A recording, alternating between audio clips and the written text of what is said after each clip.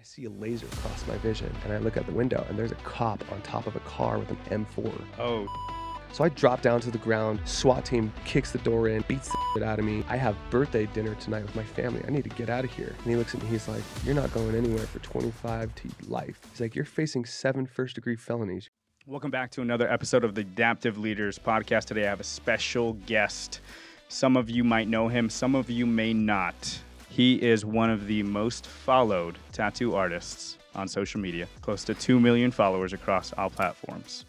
He is the founder of Olympus Tattoos, the founder and creator of Tat Ventures, which we'll dive into, founder of Olympus Tattoo Institute, Pokemon collector, NFT creator, content creator, and overall badass. Winnie The Jroo, welcome to the podcast. Thanks so much for taking the time. Thank you so much for having me. I'm really excited about this, man.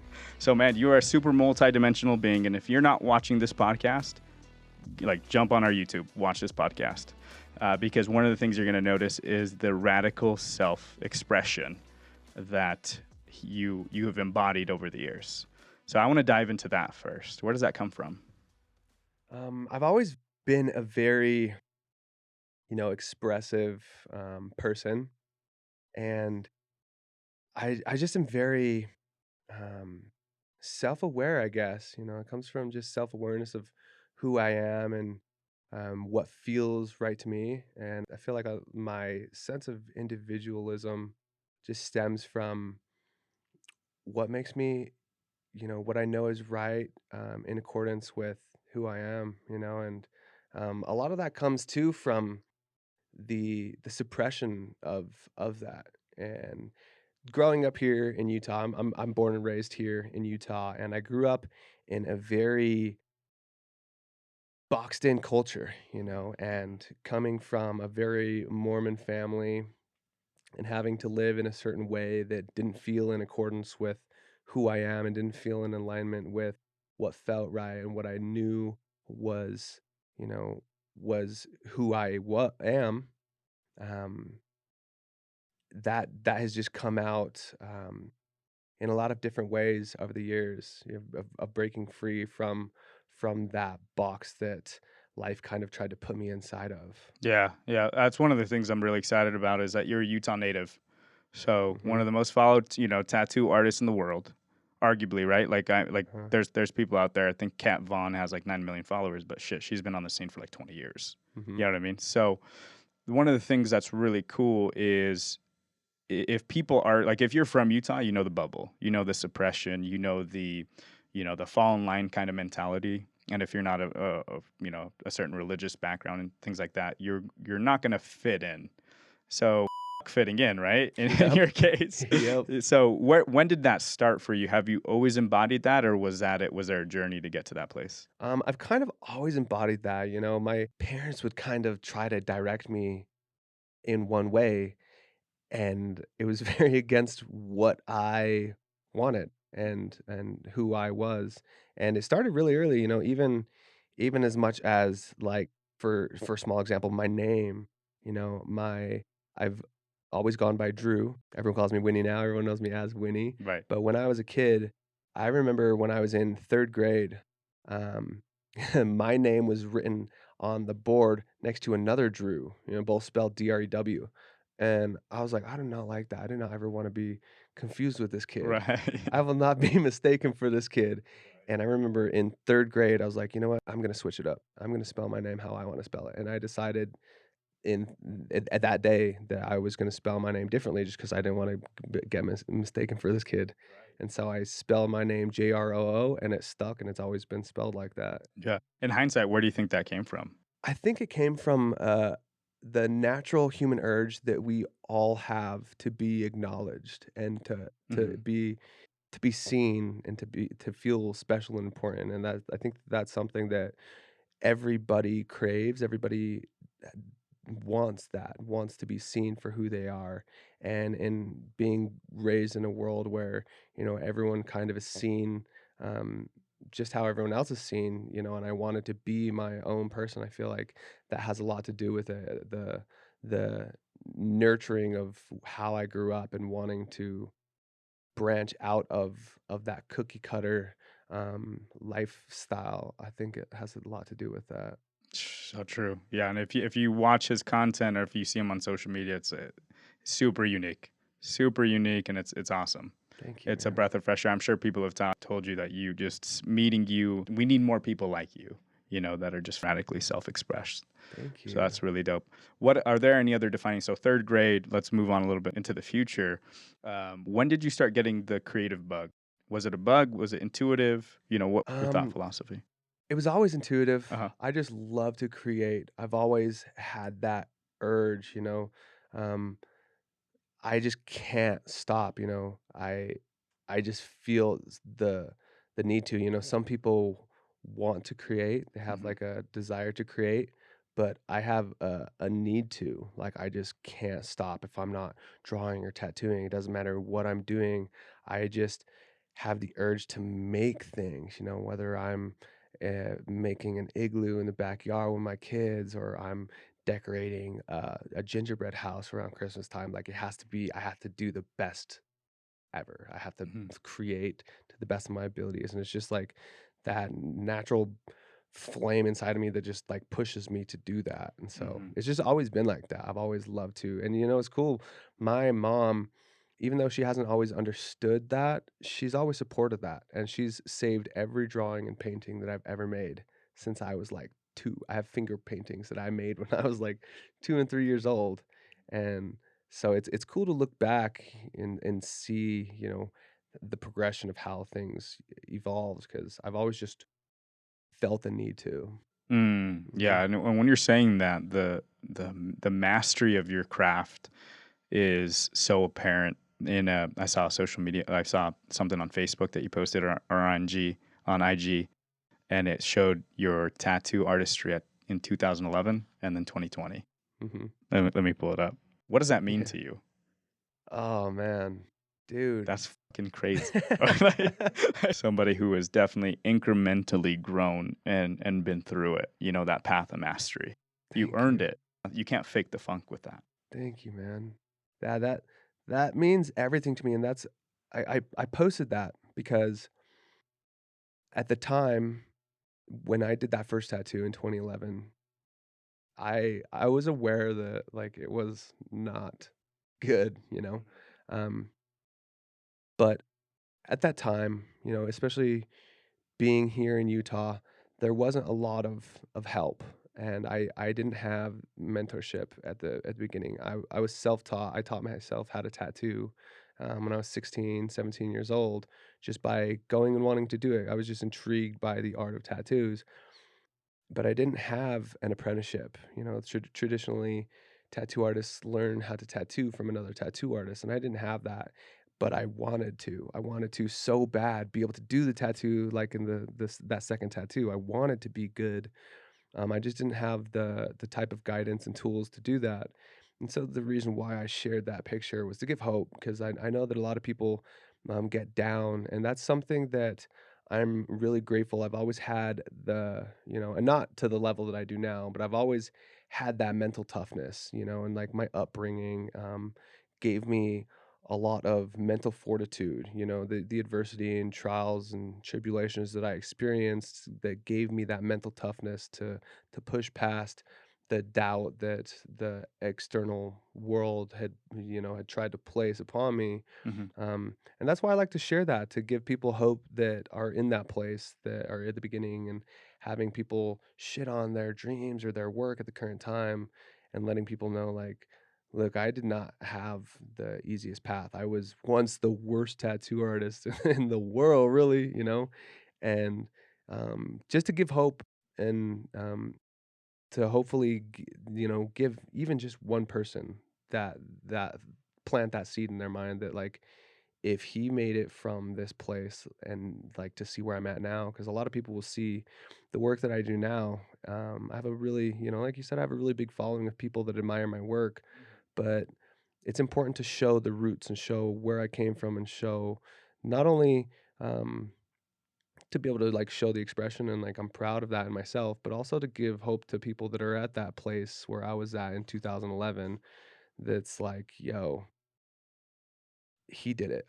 I could do it, you know, because anyone can do it. But it takes a lot of fucking work, man. Hell yeah. Hell yeah. I mean, and you just mentioned that without trials, there's no triumph, right? hmm So what are some of the trials you went through in your upbringing? Don't get me wrong. I had a very beautiful life. I've had a very beautiful life. I've had so many amazing things happen when I'm in my life, and I don't want to discredit the amazing things that my parents did for me. Hmm. But there's also a lot of challenges and like hard things that I went through. That is it's an integral part of my story and who I am. My mom had me when she was 16, and we didn't have a lot. Growing up when was first growing up, um, and I realized this through a book I recently read called "How to Do the Work" by Nicole LaPera. It's about healing childhood trauma. And I didn't realize how much my very early childhood had to do with like the emotional um, experiences that shaped who I am. And when I was first born, my biological dad went to prison for murder. He was a gangbanger back in the day. He's changed a lot now. He's an awesome dude. Um, but that set me and my mom up for some seriously like challenging mental times. And so the first maybe year, 2 of my life, my mom went on the run with me. My grandma's house getting shot up by the opposing gang. Wow. And yeah, and so, like, we were very young, my mom was very young, and she eventually met my dad, who's my stepdad, but he's always been my dad, that's who raised me, and, like, they went through a lot, like, neither one of them, going to having a college education, just barely graduating high school, and, like, just having to figure things out, um, and they didn't really have not only the education in schooling, but the education in how to become parents. They did that really young, set 2 17-year-olds having 3 kids by the time they were 19 puts a lot on two young kids. And so they sacrificed a lot. We didn't have a lot growing up. And not only like materialistically, they didn't have a lot of the mental and emotional tools and how to raise kids like, they do now or like I do now. And so there was a lot of things that was part of their journey as well in, having to learn was not the way to parent. And this is definitely something that I don't hold against my parents anymore. But there it was is very abusive in a lot of ways and like very but that like again that's what gave me the mental fortitude to not be phased by shit now because like shit I heard that from a very young age in the most direct ways and like in the most like very mental and physical ways I was raised in a time like you fuck up you know Yeah. Yeah, Yeah, bro. Yeah. and so there was a lot of challenges in that way, and also, growing up in Davis County, Utah, being the only brown kid in a 99.99% white area, it taught me a lot about individuality and being singled out as as the black sheep and being looked down upon because of something that was out of my control.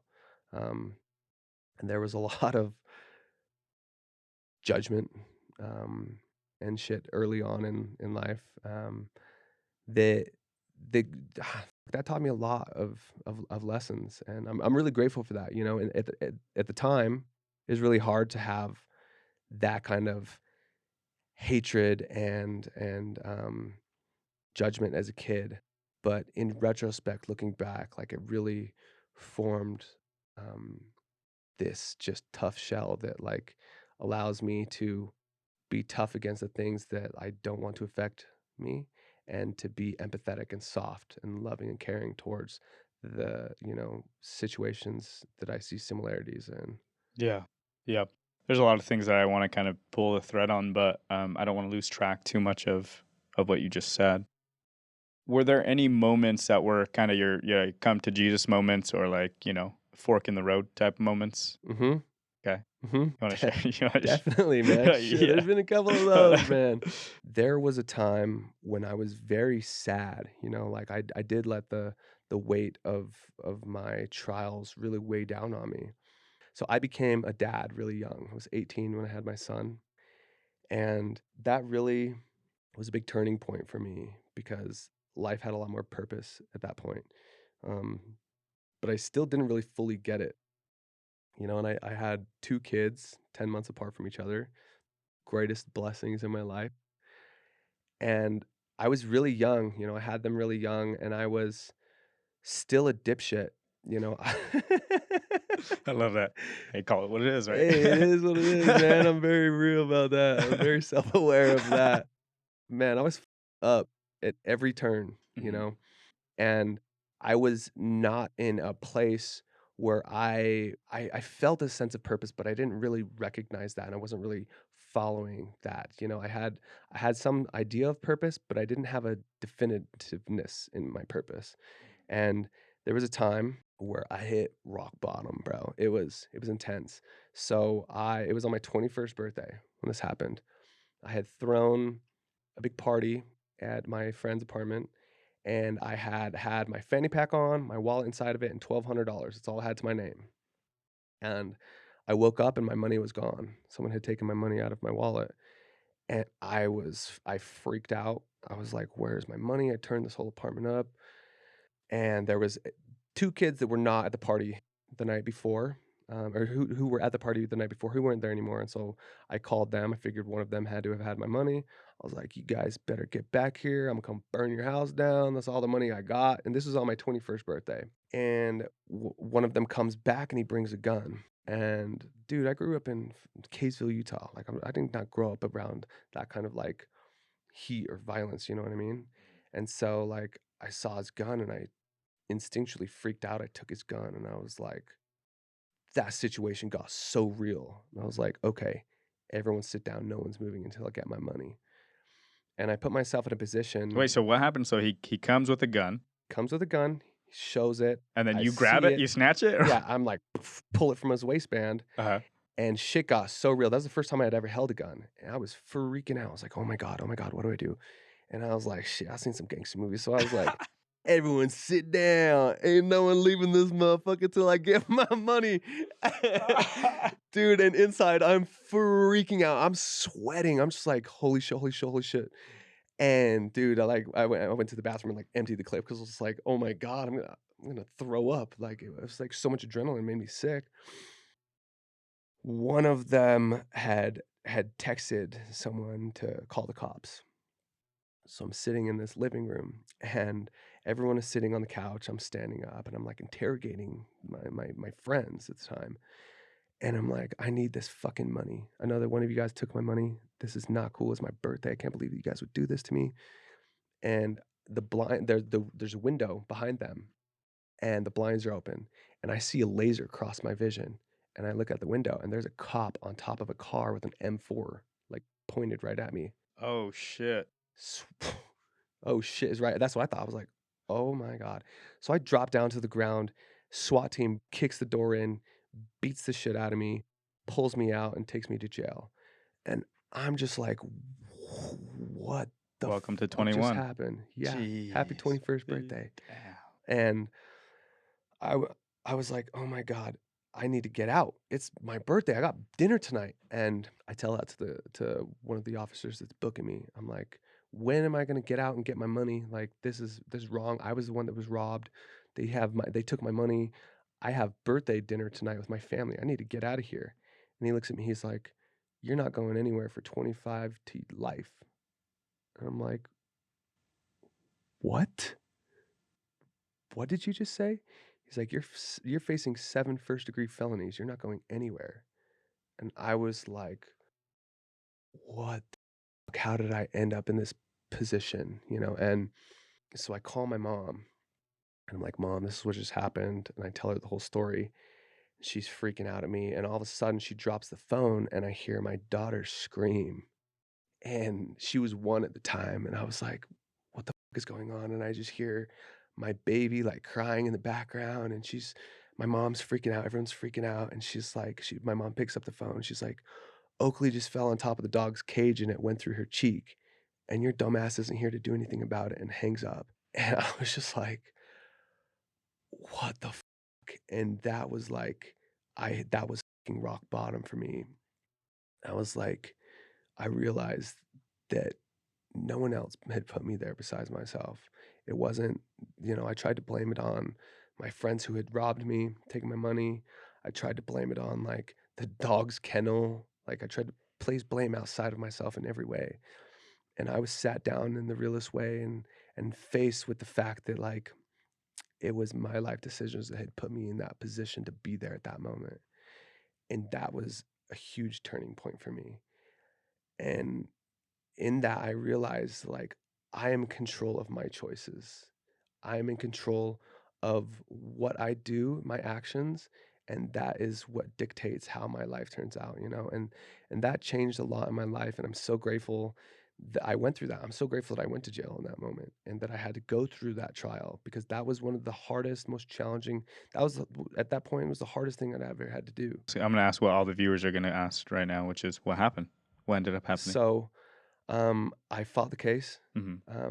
and I got charged with aggravated assault with a deadly weapon, you know, because I pistol whipped the kid when I took his gun. You defended yourself.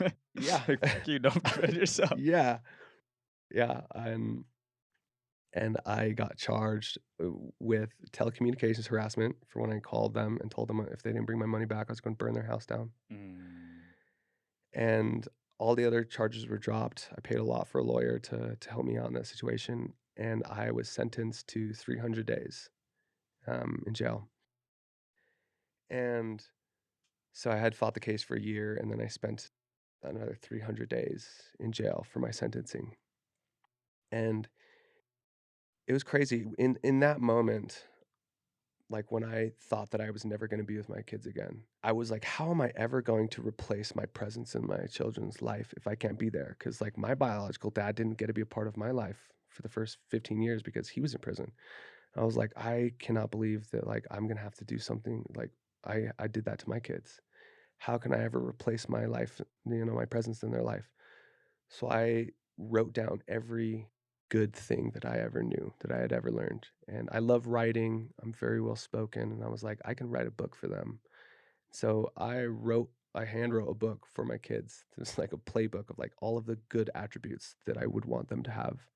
And I illustrated the whole thing for them. And that's what I did with my 300 days in there. And I'm also very grateful that I went to jail because I was sat down in timeout. It forced me to, be faced with that type of discipline. It taught me discipline and it taught me a lot of good habits. That is where I started waking up early every day, started making my bed every day, started writing in a gratitude journal every day, started reading and writing every day. I read 142 books in there. I wrote Boom. every day. I made my bed every day. I I was like very disciplined and I came out a more refined person, and Hmm. I came out with a lot of recognition, that I'm in control of my life. Even if I'm placed in a situation that was, what I thought was out of my control, it was my choices that put me there. And what am I going to do about it now? And I've carried those habits and that mental fortitude forward, and I made a lot of goals in there. I made a lot of plans in there that have come into fruition. That's where I decided I wanted to get out, become the greatest tattoo artist ever. I wanted to open my own shop. I named my shop in there, and years later I finally opened it, and like I started to manifest all of these things that I once thought were dreams, and I'm glad it happened, man.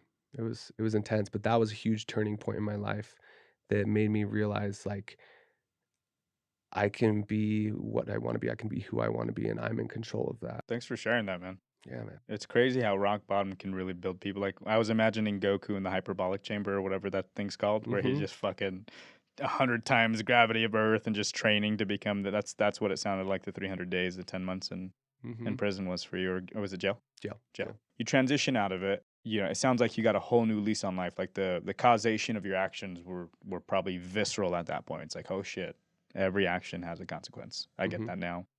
Now you're envisioning the type of person you want to become, Mhm. right? Would you say it happened overnight, like in that year in jail, or was it still kind of for you a journey before you became this, the person you are today? Did you still have to have a few, trials and learning lessons throughout that time? You know what I mean? Absolutely. Okay, Yeah. like not 9 day. Okay, cool. Yeah. It taught me a lot, and it made me grow up in a lot of ways, you know? There was still a lot of work to be done, and there was still a lot of situations that put me in the place to, to have to experience serious moments of growth and, hard realizations like that. Um, but it definitely set me on my path. I got out, and it was a challenge to assimilate back into life, but I had a lot more tools in my utility belt to use in that. And so I came out, had no money to my name, had to figure out how to build off of that. But there was still a lot of hard lessons to come, but that definitely like set me on my path especially in tattooing, because I knew without a doubt, like, that is what I wanted to do, and I had known that, I had made that choice already, but that choice became very real after that, because there was a time after that I was, like, working towards, wanting to tattoo, really becoming the artist that I am now and the person that I am now, but I had made the choice before then, before all of that happened. I was going to school full time. I was playing rugby up at the U of U, and so I was like pretending to go to school, but really just I was up there to play ball, Yeah. And I was working two full-time jobs, but I knew that I wanted to tattoo, and I knew that I had to dive into that and dedicate myself to that. And so I had quit both of my jobs and dropped out of school on the same day. I remember the day that I told my parents that. They were like, "What the hell are you thinking? Like, what have you done?" And I remember like it was yesterday, man. I had just told my mom, and she's like, "Wait till your dad gets home." So he gets home. He had just gone, and I remember where he went because of the conversations we had. But he had just gotten home from getting my mom food at Arby's. He pulls up. I tell him, I'm like, "Dad, quit both of my jobs, and I dropped out of school today. I'm gonna tattoo." He's like, "Okay, here's what you're gonna do. I was just down at Arby's, and they had a sign in the window that said that they're hiring. You're gonna go down there and get a real job." And I was, like, so hurt that he didn't see tattooing as a real job because, like, I had the vision for what I wanted to do, and, to his credit, he was just trying to be a good dad. He was trying to look out for me, and he just didn't understand what I was wanting to do. But that was one thing that I've always been very sure of is, like, when I know that I want something, I know that I could get it. And I was like, "Dad, with all due respect, you go get a job at Arby's." Like, Oh shit. I know what I wanna do. Yeah, Didn't you yeah. just hear me? I have a real job. I'm gonna tattoo. And that was back when I was doing the worst tattoos ever, like you showed in that picture. But, like, I knew that that's what I wanted, and I've found tools along the way, and through every trial, I've found tools to help me get to that place of, being able to live out my visions. What do your parents say now about your career? Oh, they're blown away, man. They they never knew any of the I didn't know any of this was possible, really, when I first started. Mhm. I just was passionate about art. I just wanted to make art. I didn't know it could be like this. I don't and I'm doing it to a level now, I don't think anyone ever knew it could be like this. I've been able to, I've been very fortunate enough to be able to redefine the way that people are tattooing, and it's a dream come true. My parents are blown away. I just talked to my mom today. I told her about the Olympus Art Institute for the first time. I was like, "Yeah, I'm teaching people how to tattoo online now stuff." And she's like, "Oh, how's that going?" I was like, "Well, pre-launch, I've had over 900 people sign up." And she's like, What? How many do you know how many countries? Is it all within the United States? All over every country. I was just reading some this Every morning. country, all 180 80 countries. Yeah, dude. I just had a student sign up in Iran, Slovenia, Damn, that's dope. Australia, Japan. I'm so grateful. But yeah, it's really cool. They're super proud. I finally tattooed my mom a couple times. Oh, dude, that's so cool. So special, man. They're blown away. That's so cool. So let's take it back to the transition. You know that you want to be a tattoo artist. You know that you want to open up Olympus Tattoo. I'm sure a defining moment was when that actually came to fruition, right? When you actually opened up your studio or whatever that was. What was that time like in your life? Man, that was also a very big transformational period for me. I was working at this shop called Frost City here in Salt Lake. Great shop.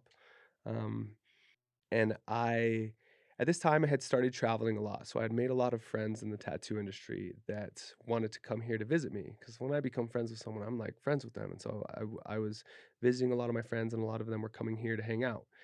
And when my tattooer friends would come to Utah, I would ask the shop owner, his name's Fred Frost, if they could come work at the shop. And it was cool at first, but like it kept happening so often. He's like, "Yo, this is enough. Like you're having people come in here all the time." And so like I knew that I had expired my stay really, and I knew that I had to have somewhere like my own home where I could invite my friends and not like put pressure on the shop or anything like that. And I had just felt like it was time. I had known that I wanted to open my shop for a couple years now. In here it made sense. And in here it made sense. But in the real world, it was the worst time that it could have happened. Like, I just gone through a terrible breakup. I didn't have a lot of money. I had just like I was very irresponsible with my money. Um, there was a lot of barriers in the way, but I knew that I wanted to do that, and I knew that it was, it was what was right. When I decided that I wanted to open the shop, within the next 3 days, I had found a building, signed a lease, and spent the last of my money to get into there. And I remember after I signed my lease, sitting there with my assistant, and I'm like, I have $151 in my account. Gotta make this shit We happen. gotta make this shit happen. Let's go. We gotta schedule some tattoos. Let's do what we gotta do. So I put my work boots on and we figured it out. But it was a very transformative time in my life, man. It was cool because at that time I had discovered a lot about myself and a lot about balance. And that year prior, the last year that I worked at Frost City, I had only taken 4 days off, 4 true days off, and I was working every day. And I had seen my work elevate so much, and it had transformed, and I had gotten really good at tattooing. Mhm. For the first time, I was like finally feeling proud as fuck of my work, and I was like, I'm a really good tattooer now. I really want to highlight something really quickly. Eh, The amount of time it took you to get to that place. Is this a common kind of misnomer or misconception with tattoo artists where they think I can train for a year and then I'll be at your level? Is that kind of common? yes, so common. I see tattooers, I see artists wanting to learn how to tattoo, dropping like flies because they are in it for that instant gratification, and they think that it's just going to happen overnight, that they're going to like be able to just pick up a machine and just do it and figure it out. And it took me years to finally get to the place where I was like progressing with every tattoo.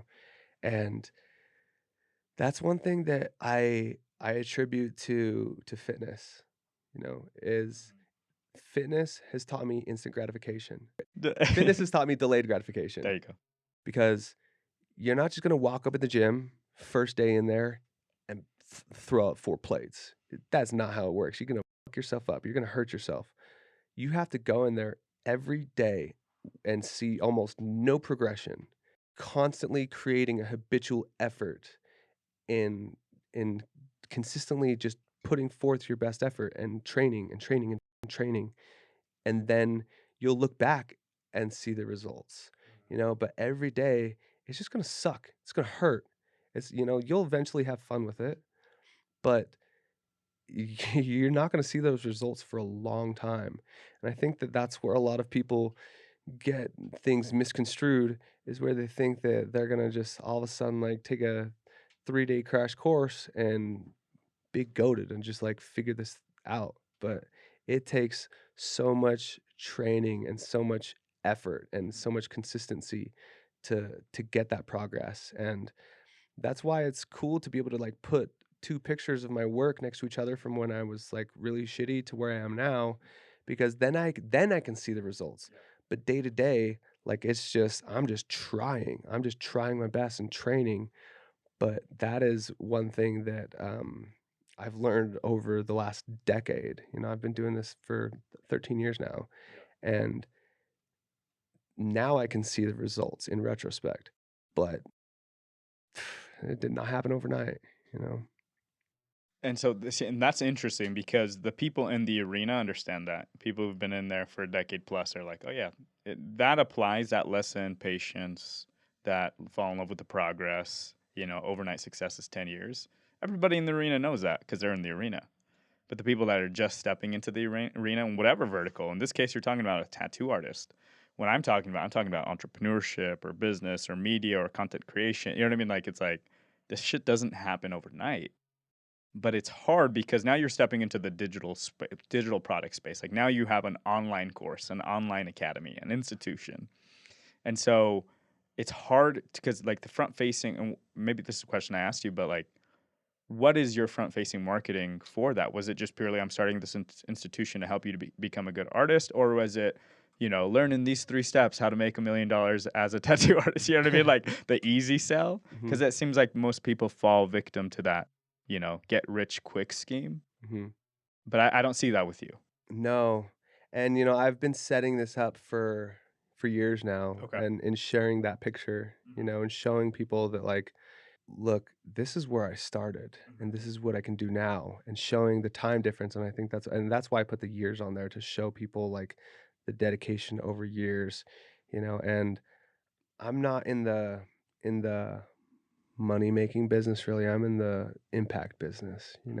I share a lot of the importance of what tattooing does for people, and even more than it can make you money. And I don't really talk so much about like how much artists can make being able to tattoo, but the differences that they can make, because that's something that I hold of utmost importance with people. And that's the way that I market myself, is I have recognition in the fact that with what I do, I change the way that people look, which in turn changes the way that people look at themselves, which also changes the way that people feel about themselves and feel about their life and feel about the world around them, which changes people's lives. And that's so important. And the more that I dive into that and the more that I can help people with that, the more impactful tattooing becomes for people. And that's why people, trust what I do and trust what I can help them do, and How has that evolved over the years? Like right now, it sounds like you're very passionate and purpose driven. Did you start like that, or was that an evolution of your art? it was an evolution, really, and I learned that over the years of um, just tattooing awesome people and connecting with my clients. And I've always been very purpose driven, but I've learned that the more that I've connected with my clients, because at first people it's hard to be like really stoked on the experience when the tattoo sucks, you know what I mean? But that's it's been an evolution, and I've gotten a lot better at being able to connect with my clients. And it also came from getting tattooed, because I'm also a tattoo collector. And I've done so many tattoos. I've tattooed thousands of people now. And I don't remember every tattoo, especially like early in my early days. I don't remember every tattoo that I've done, but I do remember every moment of every tattoo that I've gotten.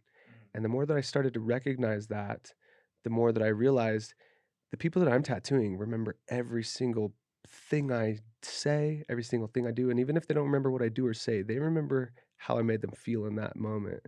And so, in that recognition, I have put so much effort into creating a beautiful experience for people because I know that that day is going to impact them in a huge way, and they're going to always feel how I made them feel when they see that tattoo. And I want to make people feel empowered, and I want to make people feel special and seen and acknowledged and powerful, because that's that's how I feel, and so I share that with people, and, yeah, that's become such an integral part of, my businesses.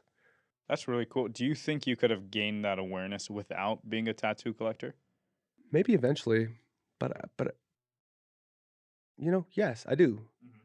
That's just how I found it, but we all find that path of impact in different ways. So, yes, I do absolutely think that, um that's just how I happen to find that, because there's a lot of people that have that recognition that are making such huge impact that have never gotten a tattoo and like recognize that the way that they make people feel is so important, but they've never even been around a tattoo. That's so true. I want to switch gears a little bit to your sense of style. So, how did you cultivate your sense? I mean, when people see Yeah. you, they're like, "Holy shit, this guy's super unique," right?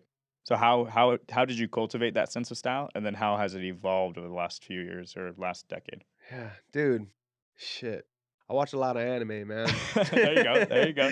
Yeah, bro. I love I love fashion. You know, I love clothes and I love to look good, and that's something that I've always felt is if you look good, you feel good, and if you feel good, you play good, and I like to just look really good. I am very into fantasy, and so, I'd watch things like Lord of the Rings, and I'd see Legolas pull up on the scene just swagged out in a cape. I'm like, "Pff, why does everyone not dress like that? That's how I'm trying to look, bro. Look Yeah, how." but how did you get that though? That eye? Because no, I don't, I can only speak for myself, but I never saw them. And I'm like, I want to wear that shit, right? Yeah, On that stuff. So where did that come from? dude. I don't know. I think maybe just Because you're from a stylist in the past life, bro. That is your fucking career, right? Like I Thank am a you. stylist to Kanye West. Yes, thank you, man. I don't know. I feel like maybe just growing up in Utah where everyone looks the same. I'm like, Every Sunday, everyone's dressed the same. yeah, Coming back from church. Yeah, yes, yes, yeah. yeah. I don't know. And I get a lot of inspiration from that, and also like I'm really big into hip hop and like in streetwear and street fashion kind of has like developed in that realm as well, and it's something that I was like very just immersed in. I don't know, I draw inspiration from a lot of things, and I feel like shit, the animes and shows that I grew up watching, I've always just been like, "Man, I need me a suit of armor, bro." You know? Wait till people see your avatar. Your was that Halloween or was that on your birthday? When did No, you? that was actually for a music festival out here That is in so dope. You literally dressed up as Avatar. How long did that Yes. costume take? How long did it? That was 8 hours. Dude, that is so Yeah, that sick. was that was a cool one, man. I love cosplay. I love to dress up, man, and that was a fun one. Yeah.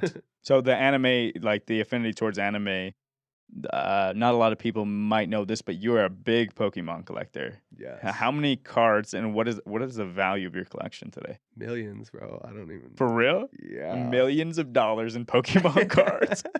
Let's go. Is that funny to say out Yeah. loud? You're like, yeah, I got a Yeah. millions of dollars in Pokemon cards. Yeah.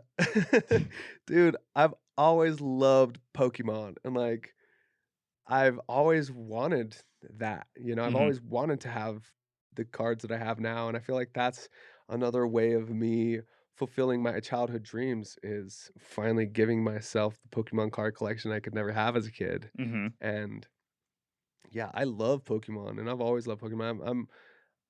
I'm not, like, a reseller. I've never, like, gone out and, like, sold my collection. I collect it to keep it because that's what I've always wanted, and the way I see it, shit, like, I know a lot of every single person I know has money, at varying amounts. And I know a lot of people with a lot of money, but I don't know anyone with that first edition Shadowless Charizard, bro. Oh, let's go. I don't know what that is, but it sounds lucrative. It That's sounds that very, very, one, very man. valuable. Yes, Yeah. yeah, that's the most valuable one in my collection right now. I just saw Logan Paul bought one for $1 million Oh, not too nice. long ago. Hell yeah. Yeah, How much did you buy it for? Would you just luck out? it's the craziest thing. I lucked out. I I tried to buy it, and the dude, I did a tattoo for it. No. Yeah. That is the probably the most valuable, like, the most expensive tattoo ever done, actually. This dude was trying to get tattooed by me for a couple years, and I had turned down his inquiry 3 years in a row, and he wanted a memorial piece for his grandpa, but I don't do memorial pieces. Like, if it's a portrait, it has to be of, like, someone that I wanna do it of, you know? And so I turned down his inquiry a couple times, and I had done an Instagram story where someone's like, "What's your biggest fantasy?" Like, trying to get, like, a sexy answer out of me. I was like, "My biggest fantasy is if someone gave me a first edition shadowless base set Charizard." And this dude slides in my DMs, he's like, "I have that." And I Oh, just happened to see his DM. I was like, "No way." And so I was like, "Prove it." Sends me a picture of a video, and he had it. It was real. And I was like, and so he's like, "I've been trying to get tattooed by you for years. You always say no to my requests. I'll give you this card for a tattoo." And I was like, "Bro, do you know how much that's worth? You could go sell that and go get your whole body tattooed by someone." He's like, "But I want you to do it." And I was like, "No way." He's like, "And I know this is the only way that I can convince you to do my tattoo." I was like, "If you're serious, I'd love to." But and then he's like, "Okay, I'll mail it out." And I was like, "No, you cannot put that thing in the mail. You have to come here in person and, like, show me that. Like, you cannot put that in the mail." So he drove out the next day from Denver, Colorado with his wife and kids, and he brought that card, and it was real, and we did the trade. Did you do did you validate it Mhm. and everything? How do you get those validated? So, there's a bunch of companies out there that, you can send it in, and they'll grade it and all that stuff, and so That is so dope. $1 million tattoo right there. yeah. It sounds Bro, crazy when you say it like that, yeah. that's a trip, bro. Yeah. So another thing that's really cool about what you do is you have this. What is it? A company? Is it just like what is Tat Ventures considered? Bro, Tat Venture is the single most amazing, impactful tattoo experience in the whole fucking world. There you go. That's what it is. There you go. So the economics of it are fascinating, like so dope. So you gotta go to your shop, right? Your online shop, and then Mhm. every purchase you make goes towards like a raffle style ticket Yep. for Tat Ventures. Yeah. And how many have you done thus far? 6. 6. Yep, I'm about So to do my where 7th. have you taken the winners for Tat Ventures? So the first one, we went to Oregon. Second one, we went to Hawaii. Third one, we went to Moab. Fourth one, we went to the Florida Keys. Fifth one, we went to New Orleans. And the sixth one, we went to Paris, France. Let's go. What's the Yeah. 7th one, bro? Dubai. Let's go. Yes, the 7th is to Dubai. That's so dope. Yes, So man. what I mean, doing that, what have you learned? Like, has it been as a learning experience for you? What are the lessons from doing something like that? Because it's super unique, right? I've learned so much through this, so much. It has been the craziest idea that I've had so far, maybe, you know. It started just as an idea, bro. I was back when I used to smoke, I was back in my backyard smoking a blunt with my homie, Hmm. and I was like, I love tattooing, but I want to do something different. I want to do something bigger than anyone's ever done before. I'm an extremist. I like to do things the biggest. And I was like, I want to do something that changes people's life in the biggest way possible with tattooing. And I want to create an experience that's out of this world. And it just like clicked. And I was like, oh my God, I, I want to be the Willy Wonka of tattooing and give them the whole chocolate factory, And I want to because that's the thing is, my tattoos are really expensive now, and I know that not everyone can get that. And so I wanted to create something that someone that wouldn't usually be able to get tattooed by me can get the craziest experience ever. And so a big part of what I do is self-developmental. I'm very much about self-mastery and pushing yourself past boundaries and breaking barriers and pushing past self-limiting beliefs. And so I've incorporated everything that I love, that everything I believe in, and combined it with what I do. And so how it works is every dollar that someone spends on my merch gets them an entry into the giveaway.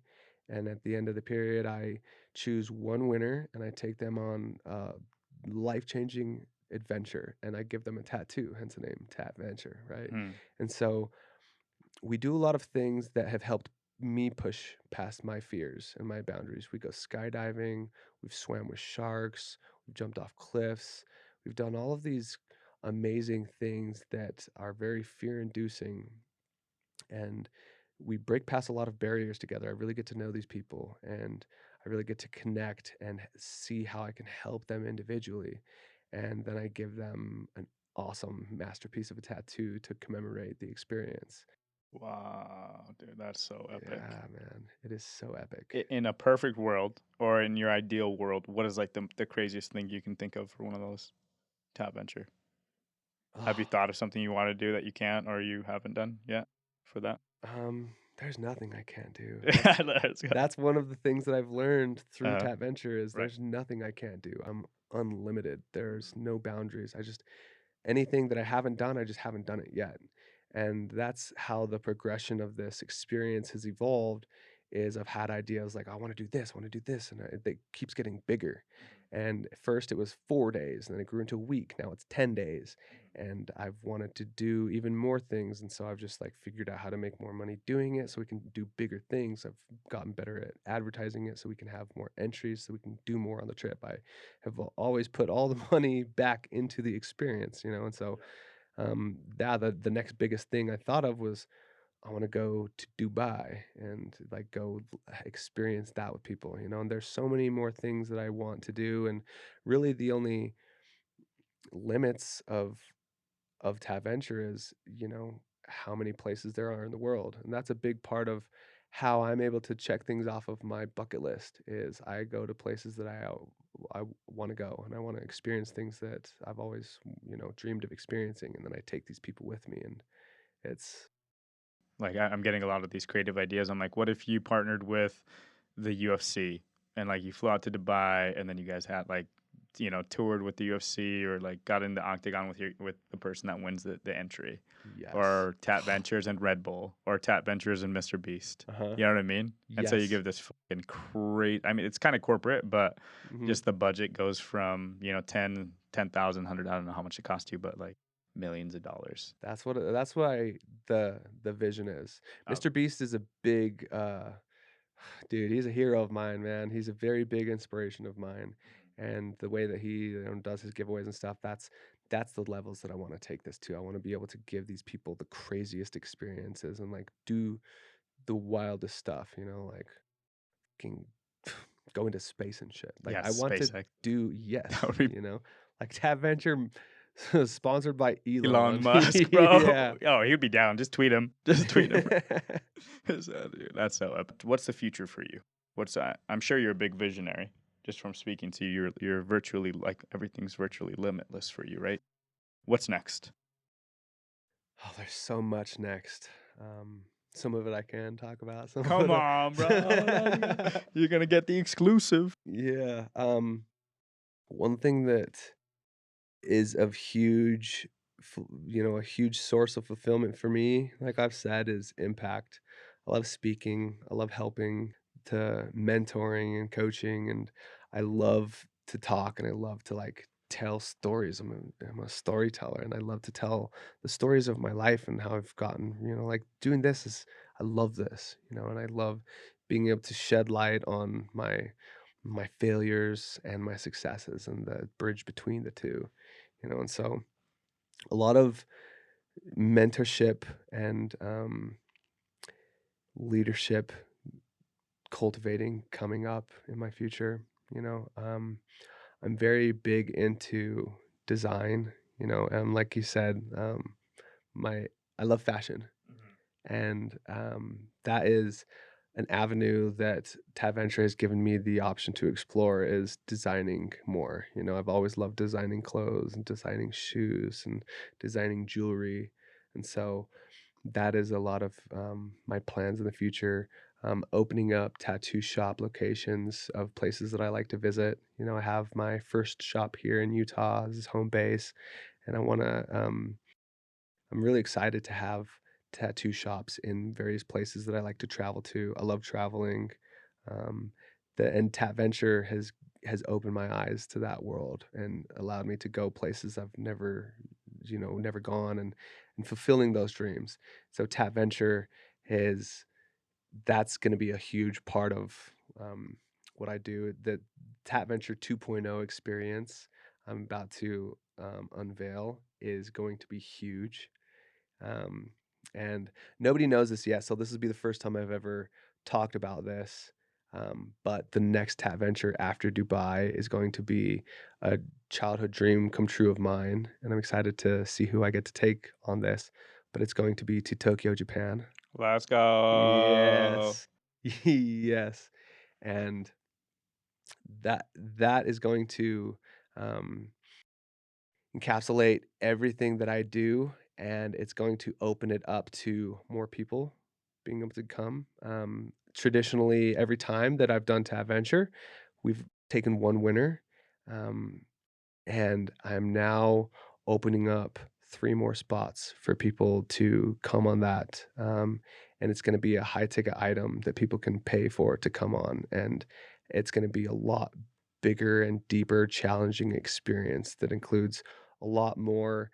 I'm excited. I'm talking about it. Yeah, I'm Yeah, excited too. This is awesome. This sounds awesome. yeah, it's cool. It's going to be very, very challenging. A lot more like focus on the self-development and the self-mastery side of Tat Venture.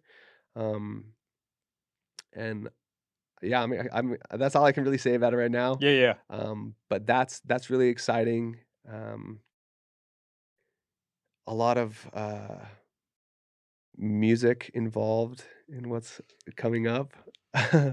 Can't say too much Yeah, about I know. that You're either. like, hell yeah. Okay, so this next segment of the Adaptive Leaders podcast is a new segment. So you're the first guest to be introduced to this segment.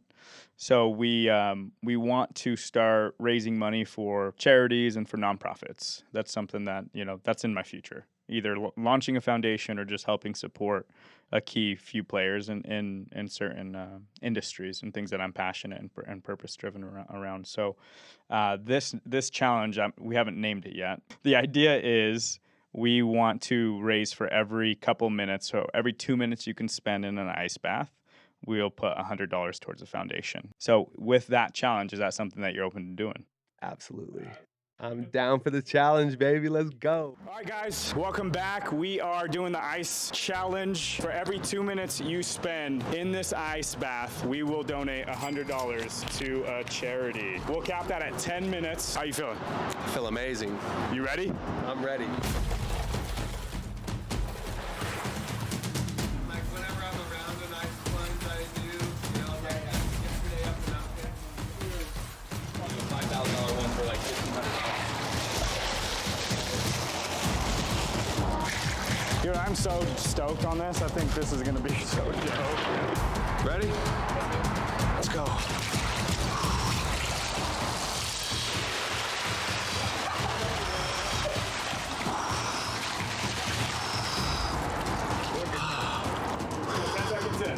No pressure, no pressure. How you feeling? Feel good. 30 seconds in, 40 seconds in. Walk us through your mindset. What are you just trying to focus? No, I'm good, man. I'm in it for the long haul. Just like with everything, It hurts, it's hard, but I can do hard things. I'm made for this. It's definitely cold as fuck. It is uncomfortable as fuck, but it's what life is about, man. You're a minute, 30 seconds in. Bet. Coming up on this first $100, donated to charity. Let's go. For the kids. For the kids, you're doing it for the kids. Is there any way you could go a little bit deeper, a little bit past shoulder, or are you in as deep as you can go? There you go. Oh, nice. This is so cold. This might be colder than the mountains. This is actually my first time in a real ice bath. I've only ever done it in natural water, like in a river or like a pond. The ice makes it way colder. You're 3 minutes in. What's your goal? 10 minutes. You drinking the water? No, I just put my face in it a little bit. I'm gonna drink all this water till it's gone. That's how I'm gonna get through this. 4 minutes. You got another $100. Let's go. $200. Doing it for the kids. I'll go Super Saiyan and just melt all this ice. Oh, Yeah. hundo for the kids. Another 100 for the kids. He's in a zen-like state.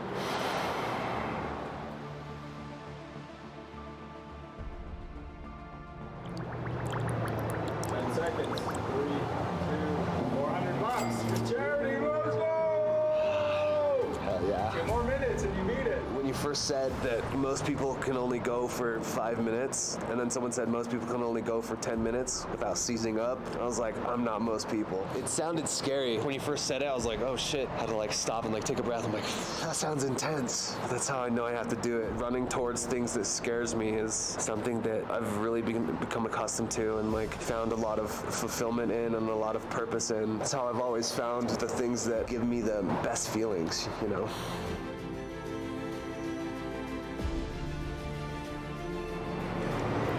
10 minutes. Let's go. You did it, bro. Yes. Do you have getting out? No, I got it.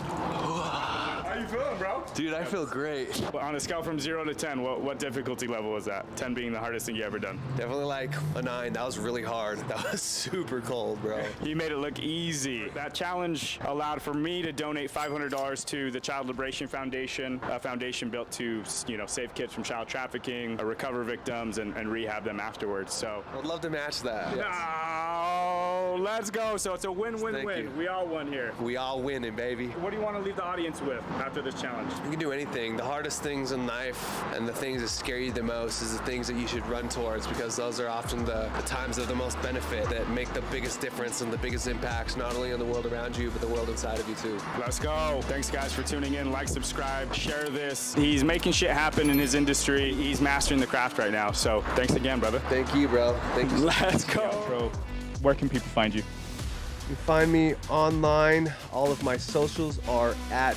Winnie The Jroo. I'm online at tatventures.com, olympustattoogallery.com, olympusartinstitute.com, and Olympus Tattoo on everything as well. So go check me out on YouTube, Instagram, TikTok, my websites. Yes. Let's go. All right, guys, thanks for tuning in to another episode of the Adaptive Leaders Podcast. I hope you enjoyed that episode as much as I enjoyed hosting it. Do me a favor, like, subscribe, share the content, and rate and review the podcast so we can get a broader audience. I truly appreciate it. Thanks again for your awareness, and we appreciate your attention. Till next time, peace.